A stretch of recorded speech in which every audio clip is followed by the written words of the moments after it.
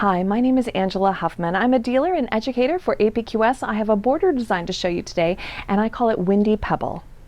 I've got a 2-inch border here stitched out, and then I have divider lines giving me 2-inch spacing. This design, though, could easily work in a much larger space. The first thing I'm going to do is swoop in to a curl, and I'm going to go almost all the way in before I echo back out. And then I'm going to fill in that negative space. When I hit the back side, I do a little purl, and then I'm going to head in the opposite direction. So again, I'm going to curl in, I'm going to echo back, I'm going to drop in, come back over the top, put a purl, and touch that purl, and then head over to the next curl. So curl in, echo back, drop in, around the back side, little purl, come back down, go in the opposite direction. Curl in, echo back, drop in, back side, purl, and echo back.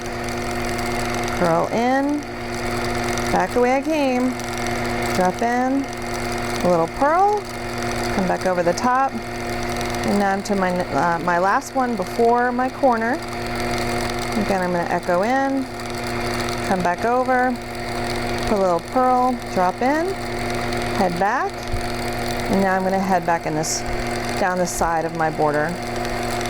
Echo back, drop in, a purl, come back over, and head back in the opposite direction. And just remember, you are not a computer. That you are your own design force. So don't think this has to be perfect. It's going to be an expression of you, and that's perfectly fine. And just keep building it out.